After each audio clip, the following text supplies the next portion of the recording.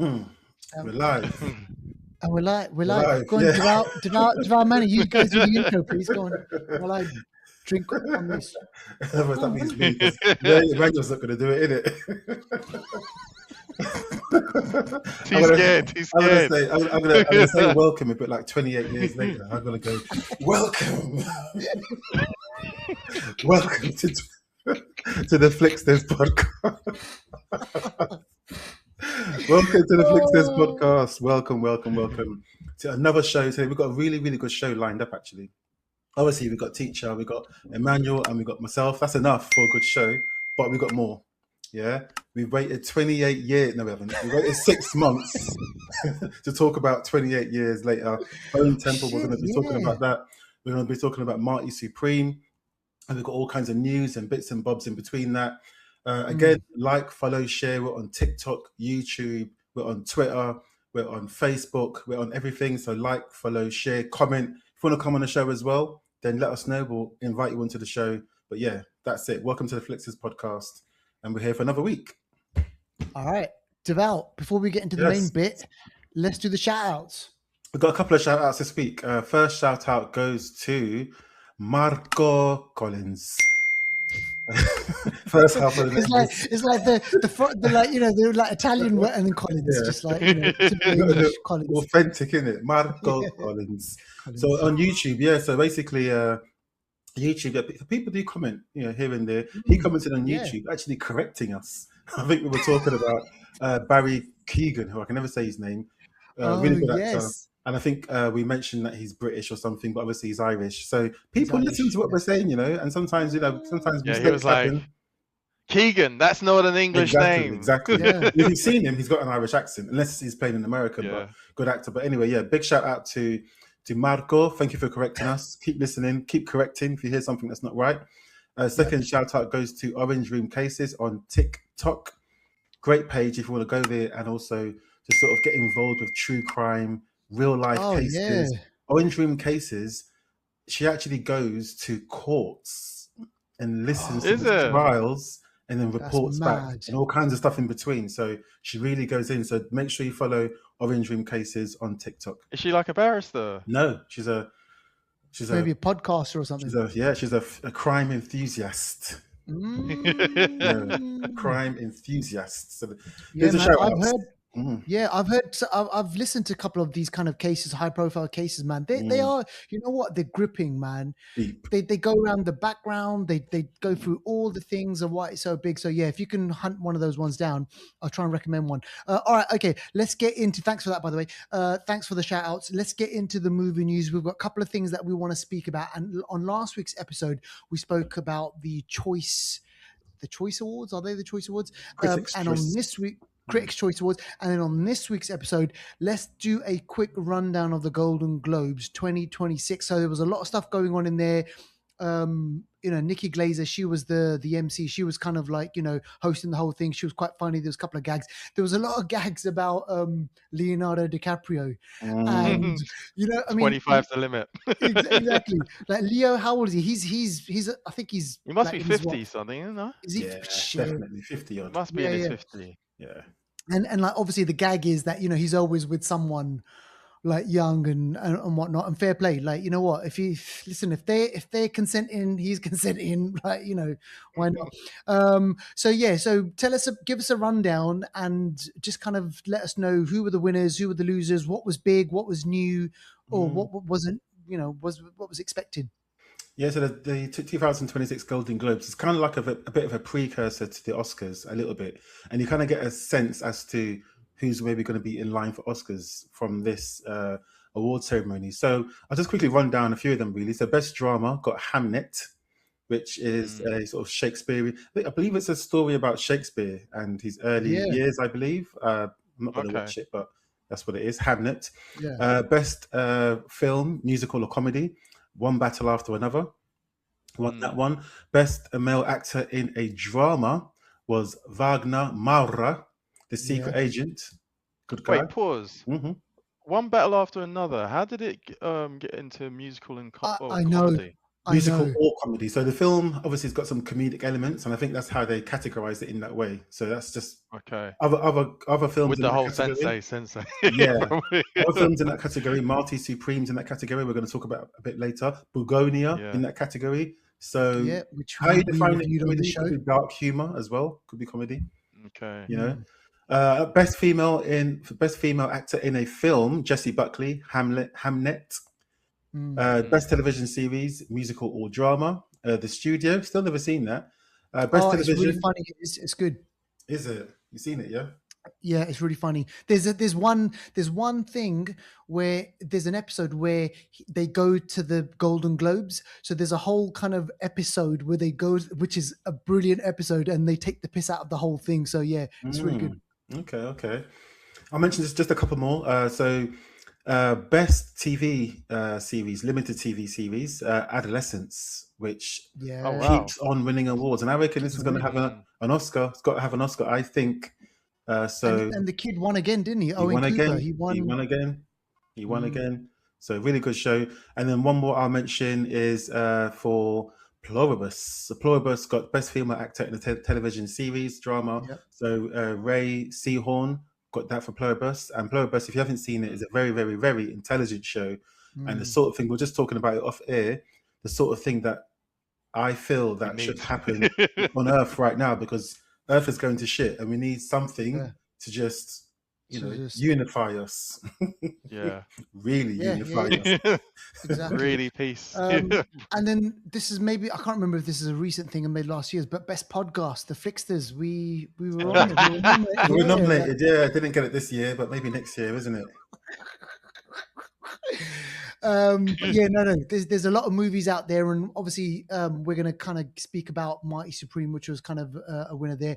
We've already spoken about One Battle After Another. We've already spoken about Adolescence. So if you're interested in hearing more about those and our take on that, go back and listen to a previous episode. But let's move on now onto kind of other film news. I want to speak about this now. Val, and Manny, we recently just spoke about. It feels like as if we recently just spoke about the Conjuring universe. We just saw a movie recently, and we were thinking, "Shit, is this going to go on? Are they going to kind of add more to it?" And looks like they are. So, tell us about this. This is a new Conjuring movie within the Conjuring universe. Oh, The Conjuring. The Conjuring started out so well was it 2013, I think? So many years ago.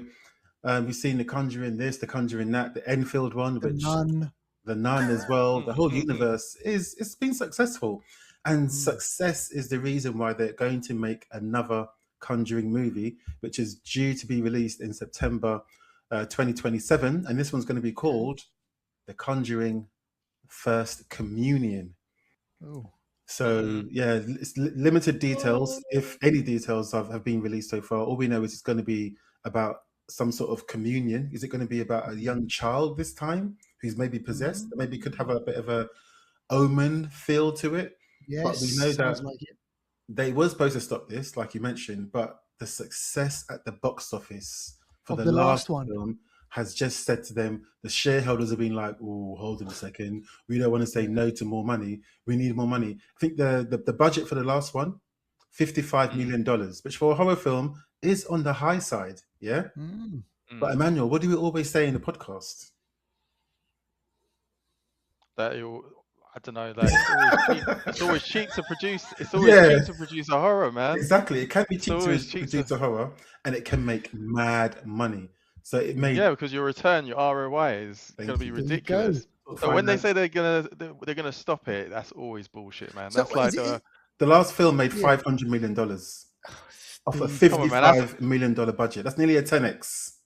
I'll give you the equivalent of what they're doing is basically last day's sale.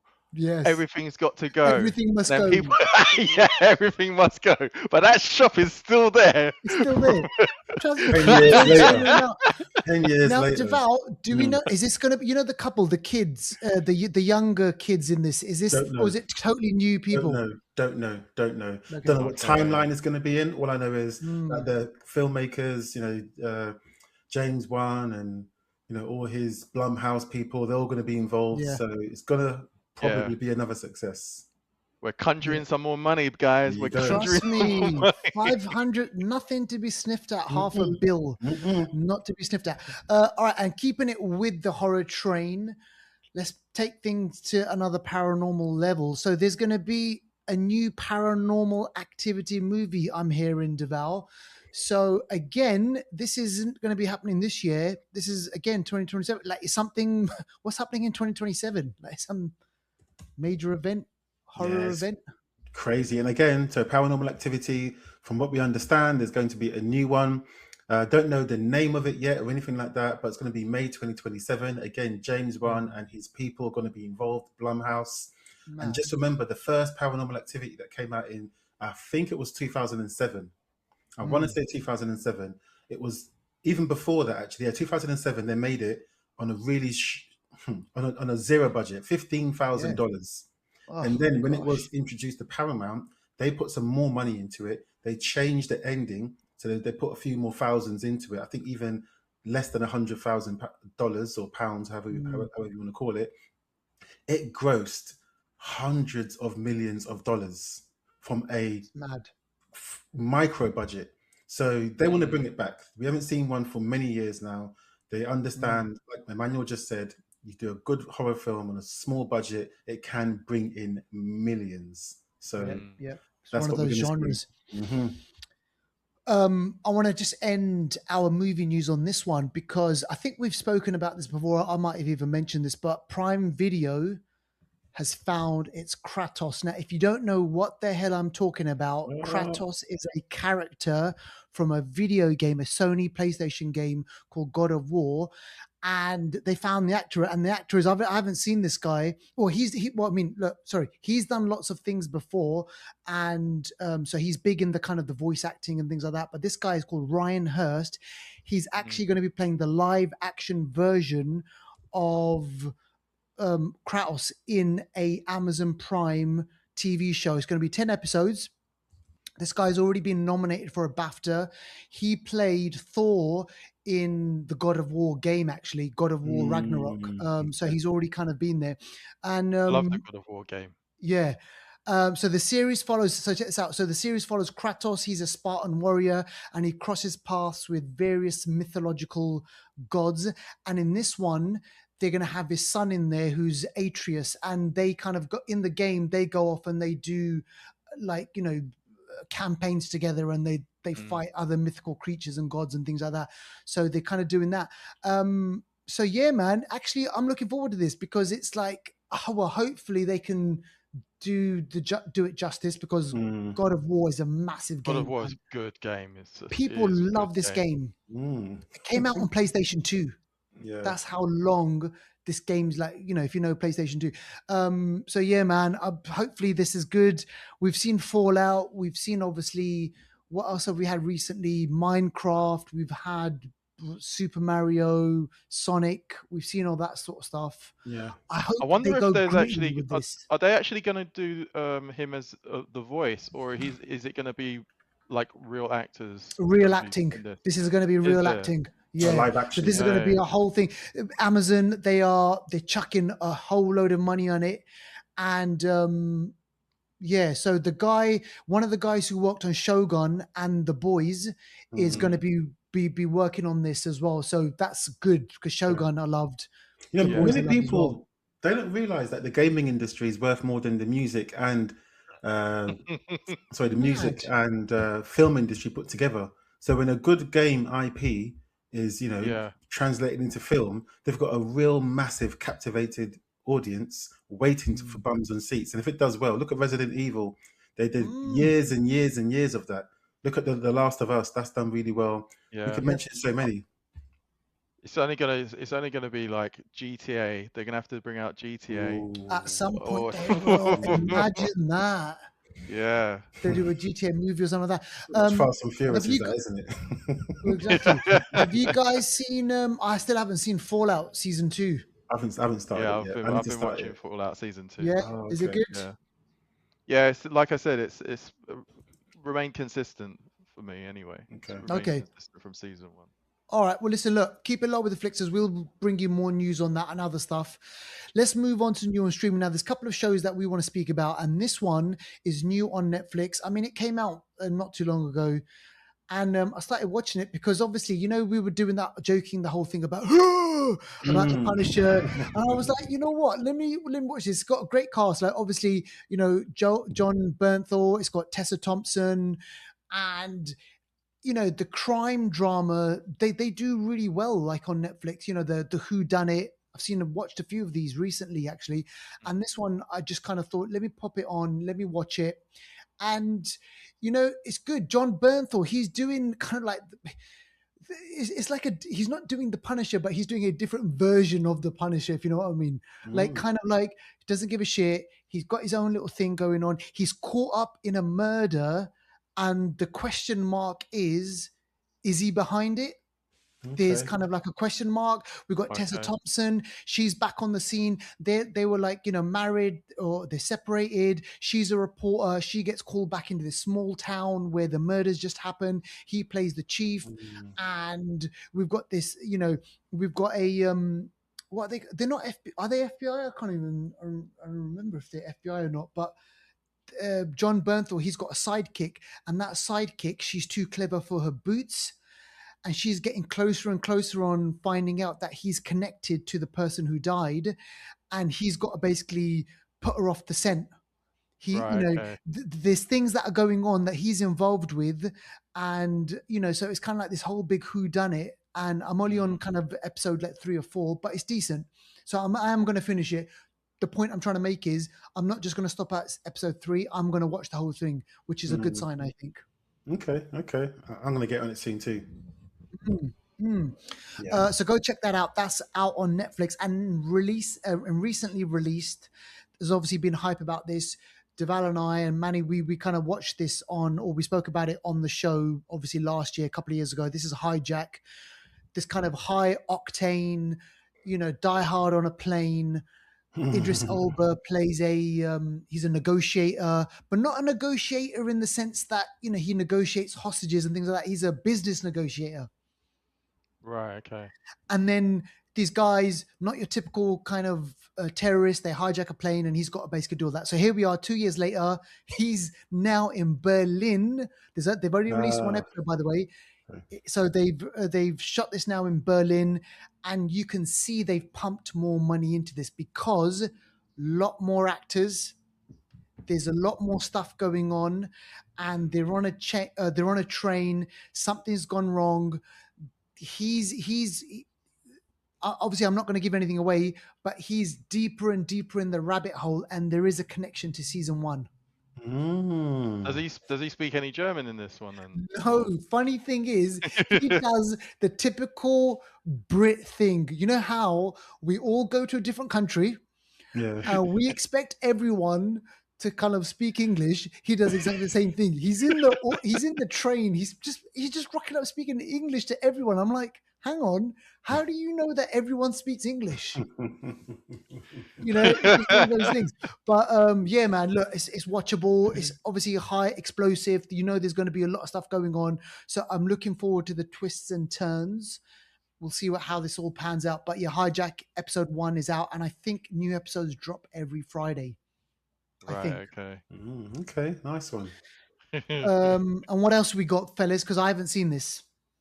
People will meet on vacation. So anyone who's probably quite young won't probably know this movie. When Harry Met Sally. I'll describe people we meet on vacation. It's a show that's on Netflix. It's basically a modern take of When Harry Met Sally. Oh, so gotcha. it's like a sort of like soft rom-com, but not like too cheesy, not too. It's there's a lot of dialogue between the two of them, and I think people can connect to it in the way that these are two people who are like opposite ends of the spectrum.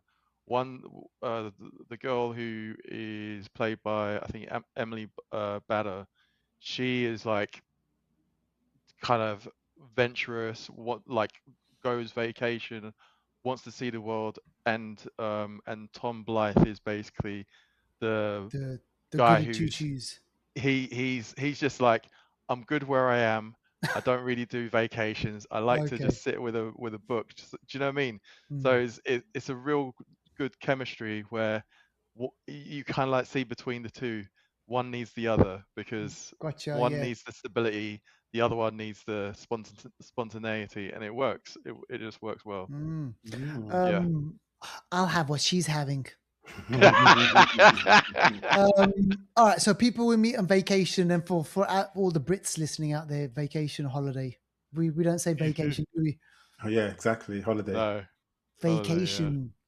All right, okay, so go check out that stuff. We've got a couple of Netflix things and a couple of Apple TV things, and there's lots, man. There's still loads of stuff that it's on our radar. We haven't really got around to speaking about, but we will eventually. So keep it locked with us, and we will do that. Let's do trailers though, and this just dropped. I mean, Deval, you put this in our WhatsApp chat, and this just dropped, right? And I didn't even. Yeah, I was like, shit. We've got a Mummy.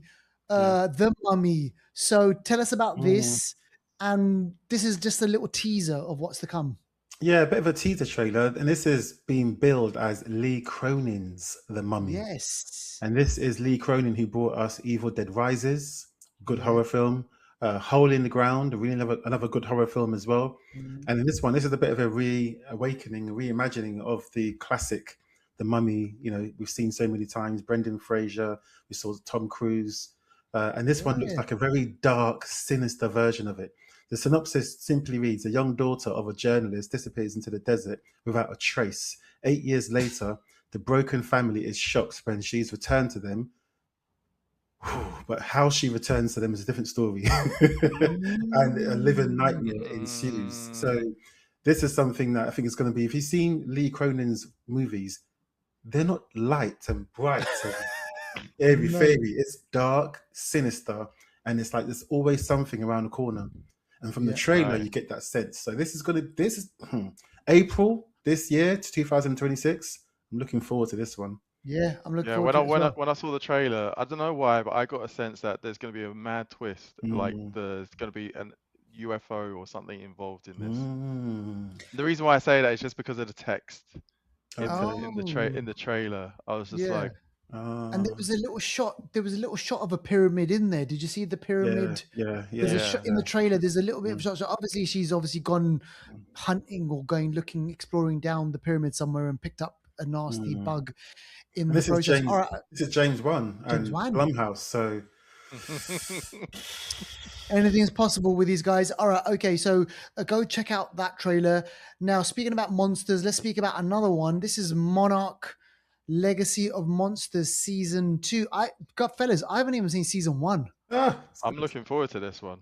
Yeah. This is another one that's on the radar. Yeah. So this is Apple again. Apple's got money, Apple, all those iPhones, they're not just, they're doing something with that money. And Apple TV's got some good stuff. Season 1 was good. So this very long title, obviously, it's called Monarch Legacy of Monsters. And Monarch is the company that are behind all the monsters and stuff like that. So it looks like the sort of legacy of when this began. So in the first season, it's filmed sort of by what's the word I'm looking for? Chronologically? I don't know. Oh, okay. Filmed in the past and present day. I'm trying to be clever. Doesn't work.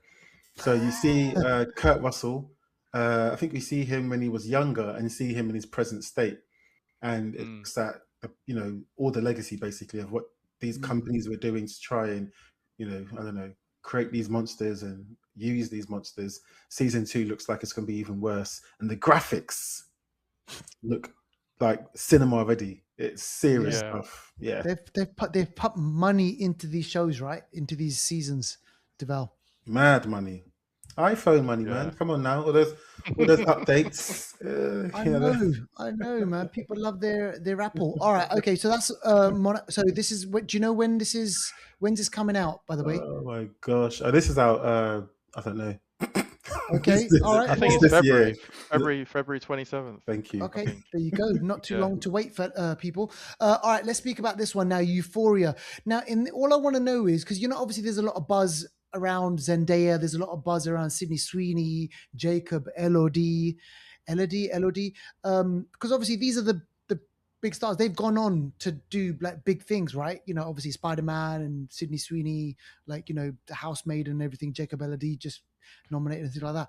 Are those three, like, how prominent are they? How big are they in Euphoria?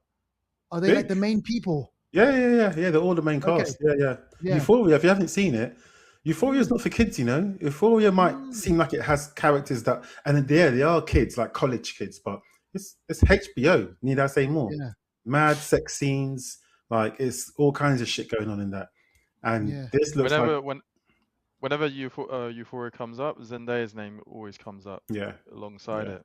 all I haven't those watched any. all those stars that were in it are all household names now. All of them. You know, so it's a very, very good show to really sort of mature some of these young actors into doing bigger and better things. And I don't know if I this wonder might how be, much they get paid per episode. yeah. Oh man, yeah. I wonder. Good pay now for sure. Good pay now, definitely. Yeah, because they're all obviously Zendaya, big, you know, from Spider-Man and everything, and Dune, and like, look at that. And Sydney Sweeney's like, man, she's hot. Hunter Schafer, trans actor, is in that, and we've seen in other stuff since then as well. And yeah, we've got some other sort of older actors that are more established. Coleman Domingo, he's in it. Yeah, so yeah, it's a good show. It's back again soon. So when I say soon, so that's going to be HBO, April. right? Yeah, HBO April. All right, go check it out now. Now I want to speak about this one because this trailer for this next movie, this is mad because there's so much stuff going in this. And I was like, is this Pirates of the Caribbean? Is this Citadel? Is this, you know, there's just so many things going on. And then obviously when you watch this trailer, you realize it's Agbo. Agbo is the Russo brothers' production company. So they've obviously done a deal with Amazon Prime. We had Citadel. We had a spin-off from Citadel. You know, so they obviously want to kind of tap into certain markets. And this one, it's got Billy from The Boys. So Carl Urban. It's got Priyanka Chopra Jonas, given her full name, which she presented on the Golden Globes and everything. I'm telling you, man, I was just like, what? Hang on a second. We see her. She's being attacked. It's set during the 1800s, is it? Am I right? And it's set during that period. It looks like it, like sort of like Pirates of the Caribbean pirates and stuff. Yeah, I'm not sure when it is, but it looks like John Wick. It looks like Kill Them All, like we saw Zazie Beetz last week. It looks like a mad film. She is killing people. Make sure you watch the trailer. That is a Red Band trailer because you get to see proper killing. There's a bit in there where she's stabbing a guy from the back and she rips his arsehole out. And I was just like, what is this? I tell you, this mad. She's chopping heads. She's doing everything. And Carl Urban, he's doing kind of like a different version of obviously like Butcher and everything. But I was like, I got to watch this for the kills. This is going to be bloody. It's violent. I'm hoping it will be decent because she didn't really do a good job in the Citadel for me. No. And they were saying, oh, there's going to be like kind of like another season. It wasn't Kit Harington. It was the other guy from Game of Thrones. It was King of the North. That's it. Yeah, King of the North. Rob Stark. Is it Rob Stark? Rob Stark. Rob Stark is it. So yeah, man. So look, you just don't know, I guess. But what I got a feeling though is that I think they're catering to an audience. They want kind of like the female led kind of killer who's out for revenge, who's, you know, they make it bloody. Yeah, exactly. Yeah. So I think they're kind of looking for a kind of certain type of audience. Whether it kind of falls, you know, whether it works, I don't know. I'll watch it. I'll see what happens. But this is coming out in, I don't even know. Whenever it comes out, I'll watch it. Yeah, me too. February. Very, very soon. And finally, on trailers, let's speak about this. So we're getting these trailers, these kind of on one of the comments that someone wrote, I thought, which was really funny on the YouTube. When I watched it on YouTube, someone wrote, "Damn, they're dropping these." Someone wrote, "Damn, like, you know, Marvel are dropping these like to collect like they're the Infinity Stones." Like, you know, because there's like every single week or every couple of weeks there's a new thing, and this one features the Wakandans, Namor, and the Fantastic Four. So break this one down for us, man, for our audience. Again, I still stand by. I think this is done by AI. I'm not sure how much actual work the actors have put into this, but a quick breakdown of the trailer. So it looks like we're seeing Black Panther, Princess Shuri. We're seeing M'Baku walking through the desert, and they're kind of coming up to meet Ben Grimm, Fantastic Four.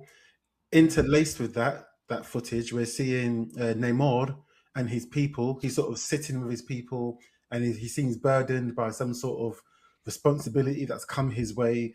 The voiceover is saying that he needs to protect his people. She's lost. The voiceover is from Black Panther, Princess Shuri, saying that she's lost everything that means so much to her, and that obviously something else has come on the menu that now she has to deal with in a way.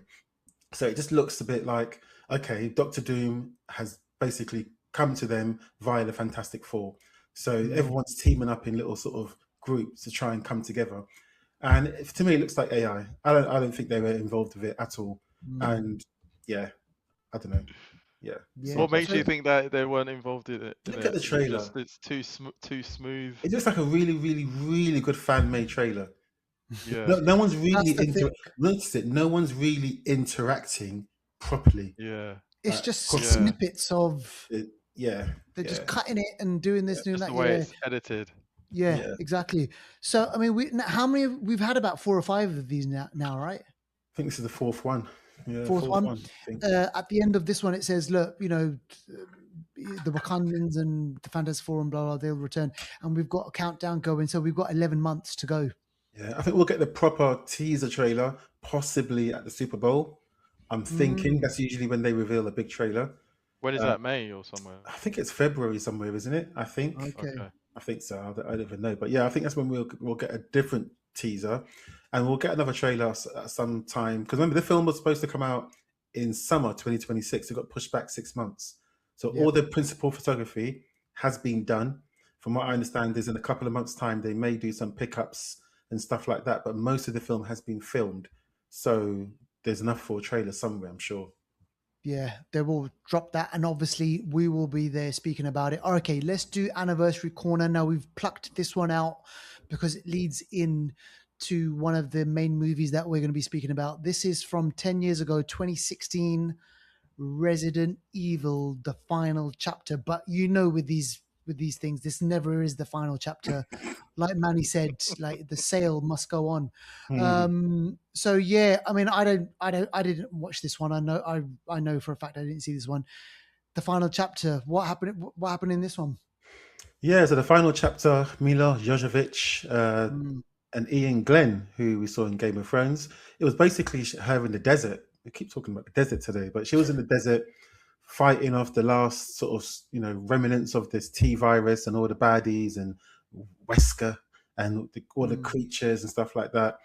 And it basically, what Resident Evil started, the first movie started in 2002. Yeah, the first movie. Wow. The game came out in the 90s, I believe, Resident Evil. So it had been going on for a long time at that stage. We did see a remake happen a couple of years ago in 2022. And from what I see, there's something scheduled for 2026. I don't know what that is. I don't know if it's a I don't know. Maybe it's just a game, but yeah. So there's been a lot. So Resident Evil has gone for a long time. Like you mentioned, gaming is massive. People love. I remember playing the game, and that was I used to play that alongside Time Crisis. Oh man, Time Crisis was my favorite. Yeah. Oh, Hook up the guns. You got to hook up the guns. You got to put the sensor. Put the sensor near the telly. Also, you can shoot. I love that game, Time Crisis. So that's kind of, and listen, we've recently had kind of like the TV show Resident Evil and things like that as well, haven't we? Did we have a TV show? Did I watch Wasn't it Welcome to Raccoon City? That was a film. That was a film. Oh, that was a film. Okay, film, sorry. Yeah. So what I'm trying to say is like the franchise is still going. Yeah. I don't think it's ever going to stop, man. It's got zombies, hasn't it? Like it's just got put zombies in the scripts. Your chances of getting budget goes up by 60%. Yeah, man, absolutely. I mean, I think one of you mentioned it before, like the creativity in the kills is just another level. Because I can't remember which one it was where there's that big massive monster and literally pulls the spine out of the Silent Hill. That's Silent Hill. Was it Silent Hill? Oh, that's another one. But Yeah. Skin off her. Well, speaking about spines, we'll get to that in a minute. But we'll speak about spines in a minute.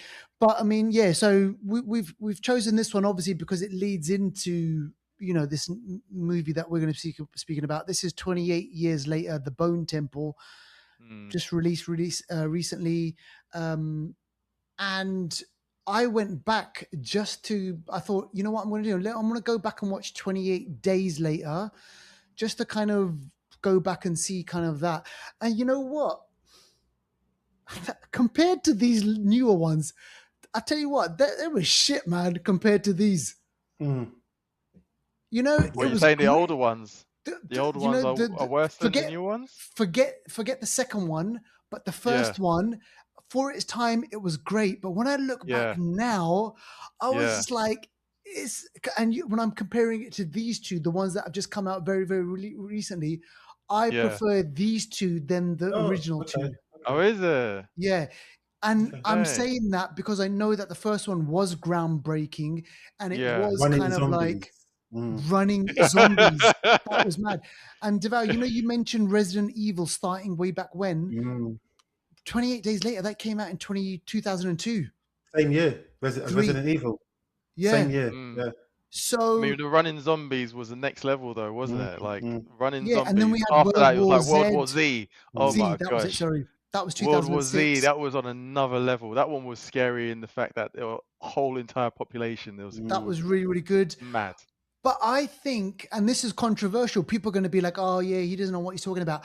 I prefer the last two movies, so part 3 and part 4, than parts 1 and part 2. And that's just a personal preference. But I do know that part 1 obviously was groundbreaking and everything, but it looks so like one of those 90s TV movie, and that's the way that they made it. That's the way Danny Boyle wanted it to be. He wanted it to be like that, which is great. But so Manny, have you seen the part 3? No, I haven't. He hasn't seen part 2. I mean, sorry, hasn't seen part 3. Not this one as well. Yeah. Okay. So with this one, it's just like it takes place like moments after. Continues from the previous one. Yeah, which is what I loved. And directed by Nia DaCosta, and we've seen Nia DaCosta before. She's done Candyman. And in my head, I was thinking, Danny Boyle, obviously, he has a particular look, his movies, and you go back to, obviously, Moon, you go back, was it Sunshine? You go back to, obviously, he has this particular look in the type of movies, grimy, gritty, really authentic. And I thought, are they going to keep it the same? And I'm so glad that they kept the setting the same. They kept the kind of grunginess, the grittiness of it all. They were filmed back to back. It was filmed at the same time. That's what I was going to say. That's what I was going to say, yeah. And my thing was that how were the two directors going to gel? Are they? Because obviously the style of it's going to be good. And then I thought, you know what? This is great. They've kept that because Alex Garland, he's the same writer from all the other movies, and he's kept that continuity going. So this movie picks up, from part 3, about this kid called Spike. It's set obviously 28 years later after the fallout of the zombie apocalypse. They're on this island in kind of, is it the Scottish Highlands? No, or is it somewhere up north, like near sort of Newcastle or something like that? Do they call it moors or something? Exactly. And secluded, you've got ships that are roaming, and they want to make sure that no one off the island kind of gets off. So that's it, they're stuck. So the thing with these kind of 28 days movies is it's not about the zombies. It's always about the horror between humans, like the horror that we inflict on each other, and I love that. And this movie, part 4, I think it did even better than part 3, if I'm being honest. It was this film. Everything you're saying is totally right, and I was a bit worried that this wouldn't be as good.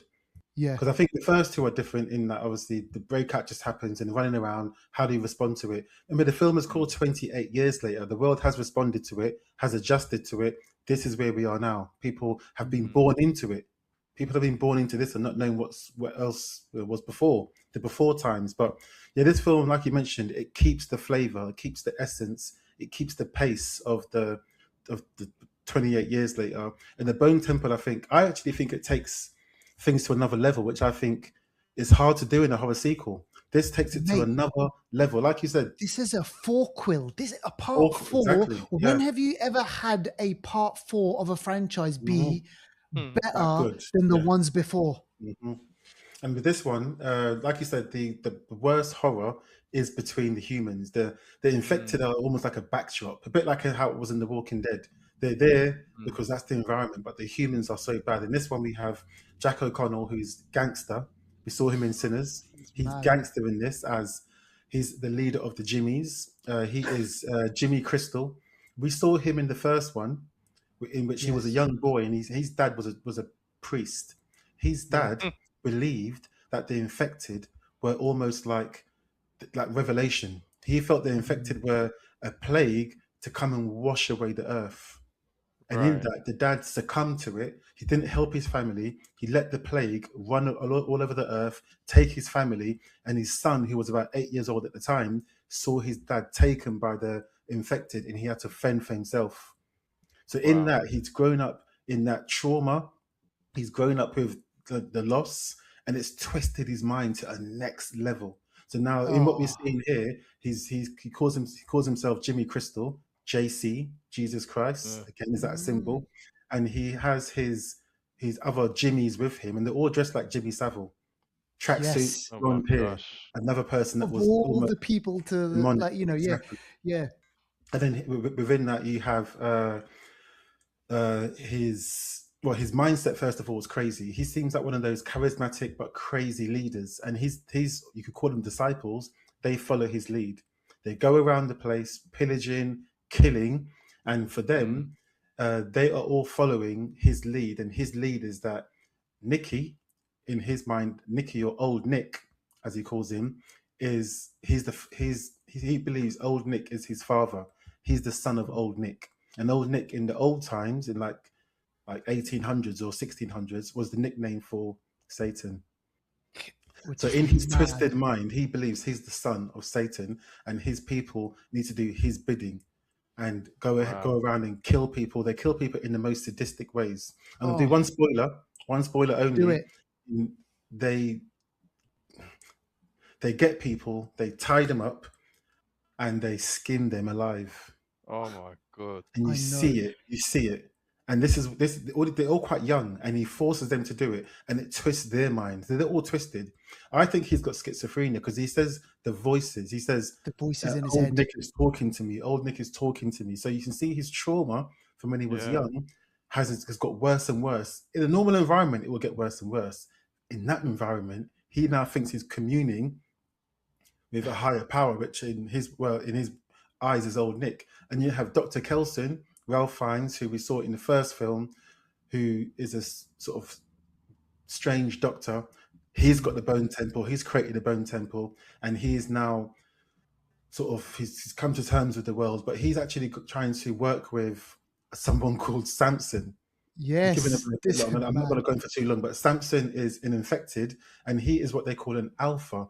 Because you get the normal infected that are just like us, running around, blah, blah, blah. But the alphas are bigger, they're stronger, and they kind of sometimes lead to other infected.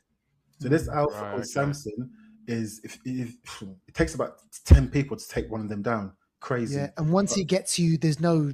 And you mentioned about the spine. Yes. Once he rips out people's heads, and you just take their spines out. Literally, like Predator. You see him do it. So he's You don't. When you see him, he's like an agent in the Matrix. You see them, you run. Don't try and fight him. But Dr. Kelson, Ralph Fiennes, he's obviously been a bit. This world has got into him. He's been living alone. Yeah. As a doctor, he's trying to actually cure these people. So he uses morphine to sort of incapacitate them. Yeah, so Samson sits there, he's, you know, chilling, and all the morphine that he keeps using is now changing Samson's mindset. Samson's getting a bit more chilled out. There's scenes where they're dancing together, and it's crazy to see. Bit by bit, I'm not going to spoil it, but bit by bit, Dr. Kelson makes a breakthrough, and it is beautiful. It is. It's I'm so beautiful. glad you said it. Devout, I tell you what, it is brilliant.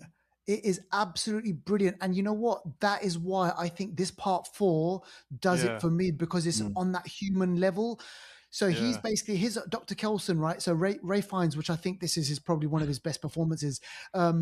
He's like, you know, he wants to help them. He's like, look, you know, he has to kind of drug him, otherwise Samson will rip his head off. Yeah. But when he drugs him, Samson gets so used to it, he keeps coming back.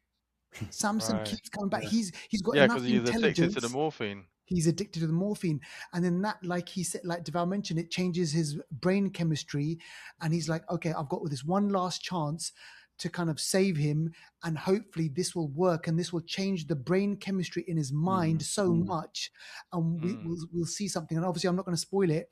Now, how does you know, Ray Fiennes' character fit in with the Jimmy Saviles, with the Jimmies?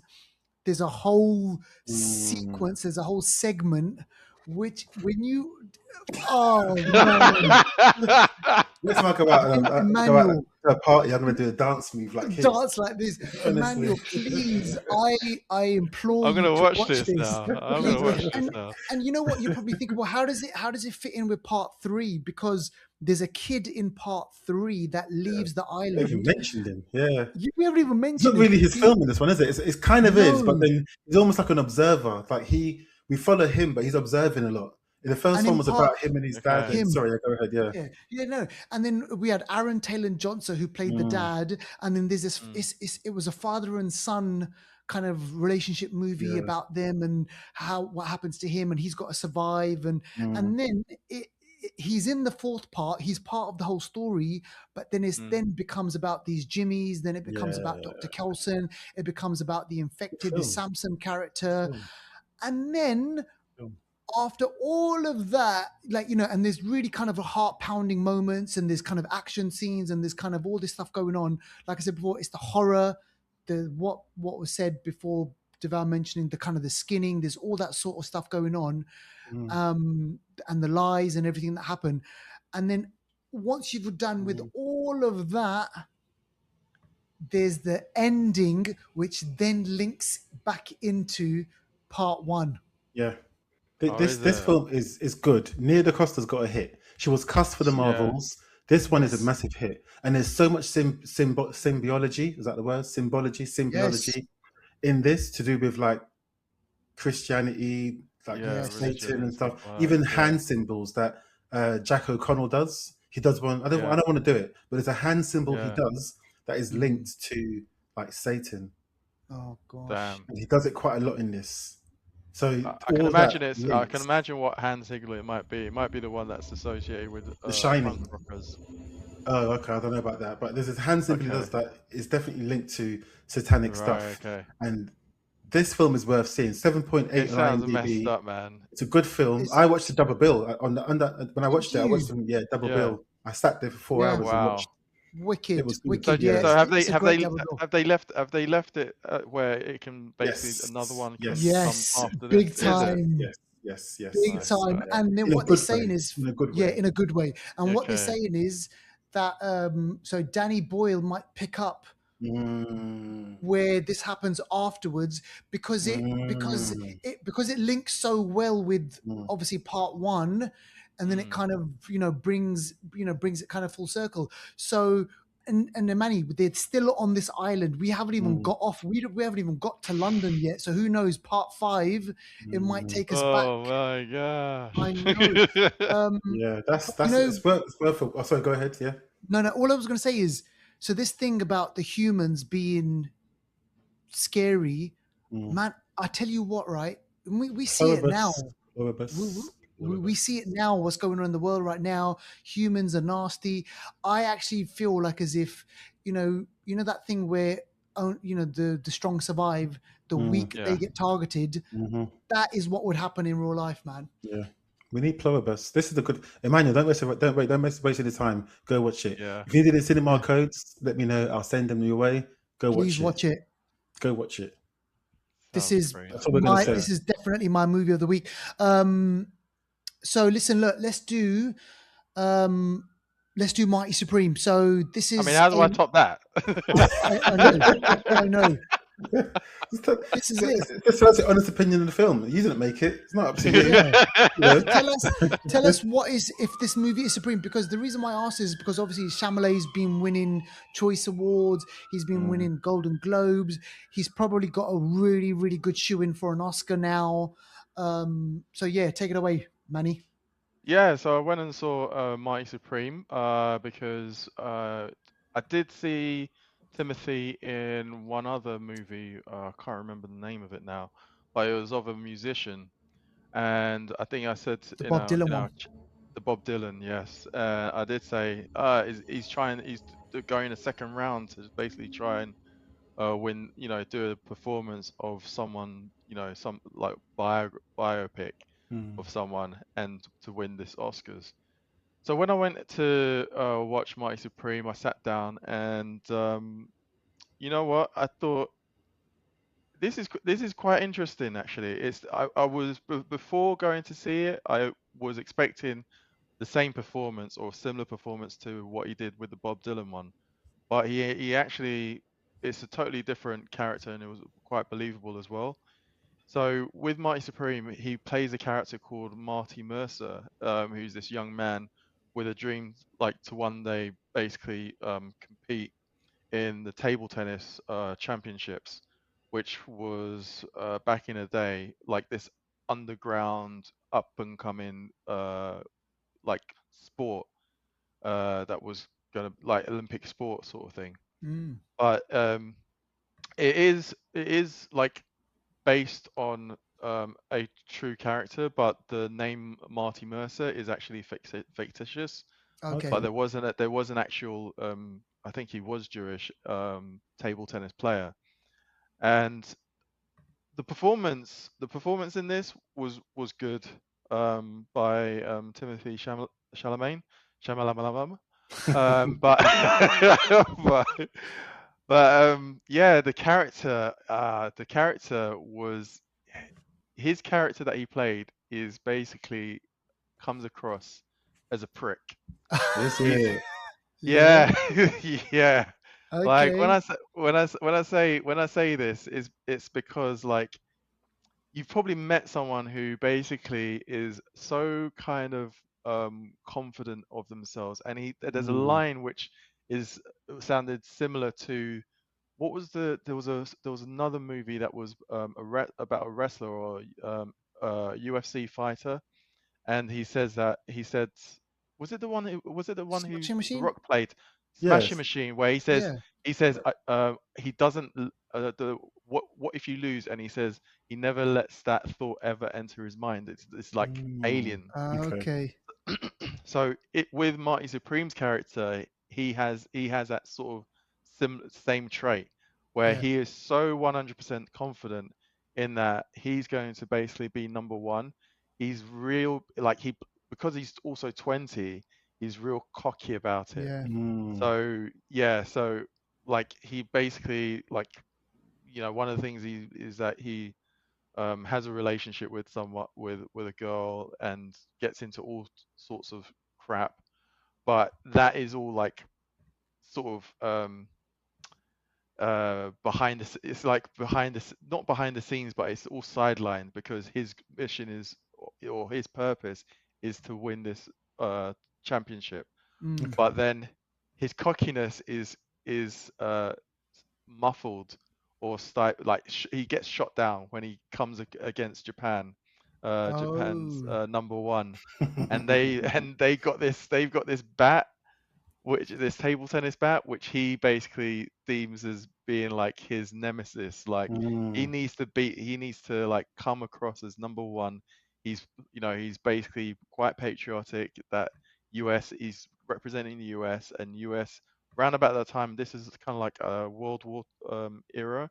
Okay. So there was the whole US and Japan uh, propaganda sort of thing going on, Mm. where this table tennis match was by him winning.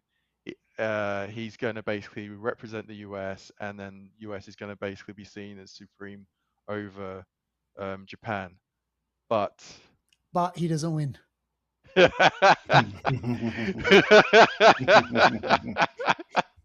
And then what? He spirals out of control or something. I won't tell you how it ends, but yeah, Okay. his cockiness does get shut down, and then he one thing after another, he basically just like retires somewhat quietly from what Oh. it's portrayed in the movie. Is Mm. it? Yeah. So what? So So what? Okay. So my question then is like the buzz around Timothy and his portrayal of this Marty. Is it like? Would you say it's Oscar worthy? yeah, this is the thing. Like when I left the cinema after watching it, I was basically like questioning whether this is actually Oscar worthy. Like Mm. I just don't feel like it it goes Yes. over it pushes it over the cliff for an Oscar worthy performance. Yeah. Though but the PR and the marketing that he's basically been doing, I can understand why he's basically gone all in with it. Yeah. But I'm kind of on the fence really. Like I don't know. I would be surprised. I'd say that I'd be surprised if he does win an Oscar for this. Mhm. I just don't think it's probably the right time for him to In that case, he'll receive win the it. Oscar. He's going to win it now. Yeah. Yeah. I mean, he's going to be up against George Clooney, probably Leonardo DiCaprio, Ethan Hawke, Wagner Maurer, Jesse Plemons. He's going to be up against kind of like those guys. So I'm Yeah. just thinking, is this the year? Because you said that he did the Bob If he Dylan if he movie. if he wins, then his Marty Supreme character is probably gonna come to life in real Mm, life. So that he's gonna channel that character Marty Supreme yeah, persona, and yeah, when he comes to collect that yeah. award. The reason why I want to watch it is because it's directed by one half of the Safdie brothers, and I watched Uncut Josh, Gems. yeah, Yeah, I yeah, watched Uncut Gems, and I really, really did like that movie. And the reason why is because it sounds like with Adam Sandler's character, he mm, makes the wrong decision every single time, and you're Okay. like, yeah, oh my, you just want to slap this guy. He's so annoying. It's like, why can't you just do the right thing? So yeah. is it kind of similar? Because the Yeah, Safdies, they do this it's pretty thing. much the same formula. It was pretty much Mm, the same formula with that. But if I'm comparing Mighty Supreme to Uncut Gems, I mm. prefer Uncut Gems. Okay. Yeah. Interesting. So you've seen kind of my level of enthusiasm for the Bone Temple. Mm. Do you reckon? I mean, I'm sensing maybe I'm not going to be as excited about Marty Supreme. No, Mighty Supreme, like with the Bob Dylan one. I wasn't excited to go and watch the Bob Dylan one, but it was something that was different. It Yeah. was one of those ones where I was like, okay, I'm just gonna go and watch it because it just feels like something. I feel like watching something different. Exactly. Yeah. Me too. Yeah. So I Mm, don't think I think with all the marketing that he's done, I don't know what fruits have come from his marketing push on this mm. movie, but I would I would probably guess that those people that have gone to see Mighty Supreme haven't gone to see it for the for the for the story or even They've knowing what they've it's gone for about. him. Yeah, they've gone for him and for a Yeah, makes different feel. sense. And maybe it doesn't help, but it doesn't hurt the fact that he's dating a Kardashian. I couldn't Yeah, give a damn what probably. Yeah, I mean, listen, but look, me I too. mean, But I think a lot of people are like, oh, hey, let's go see, like, whatever. Okay, so yeah, you know what? I'm gonna look. It doesn't come out for me until kind of next week. It doesn't come out until the 22nd of Jan. And I probably still will probably watch it. But then again, I really want to watch a movie like No Other Choice, which there's a lot of buzz The around Korean that. one. Yeah, there's a lot of buzz around Secret Agent, which Wagner Maurer he won for. I've already seen one battle after another. George Clooney, Jay Kelly, that's out on Netflix. And guys, that I just sidestepped that. Is it meant to be good? Yeah. I mean, to be honest with you, I think there's been loads of other stuff. I don't think it seems like a movie that I'm going to watch. Yeah, Jay Kelly doesn't stand out for me, man. It doesn't. It just doesn't. So out of those movies, Marty Supreme, I could see myself watching. I could see myself watching The Secret Agent, No Other Choice and everything. Deval, you've already mentioned Begonia. Jesse Plemons, he's in that. Very good film. Very good film. Worth a watch. Exactly. All right. Okay. So we are going to leave it there. Unless, Manny, do you want to? I mean, what is it out of 5? What are you giving it out of 5? Marty Supreme. I mean, it's okay. It's like probably like a 3 out of 5. Okay. Yeah, 3 out of 5. I want to give it like a Just above 3.5. average. Yeah, like the Bob Dylan movie was good. It was seeing Timothée playing a different role, and he came across quite well. In this one, it's something different. It came across as just something different for me to watch. I didn't have any expectations really, so yeah. All right. Well, listen, folks, there you have it. 2 movies, 2 very different movies. Go check them out. And if you do watch any of the movies that we've mentioned or the TV shows, please, please, please do tag us at the Flixters on TikTok, on YouTube, on X, Twitter, whatever you want to call it. Let us know what you're watching, what you like and what you don't like, and we'll speak about it on the show.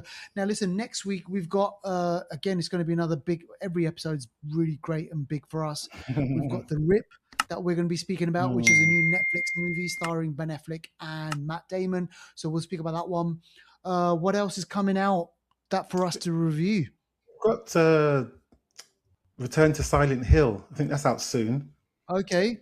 Yes, that's out soon. Also coming up soon again, Send Help is coming out in a few weeks. Yes.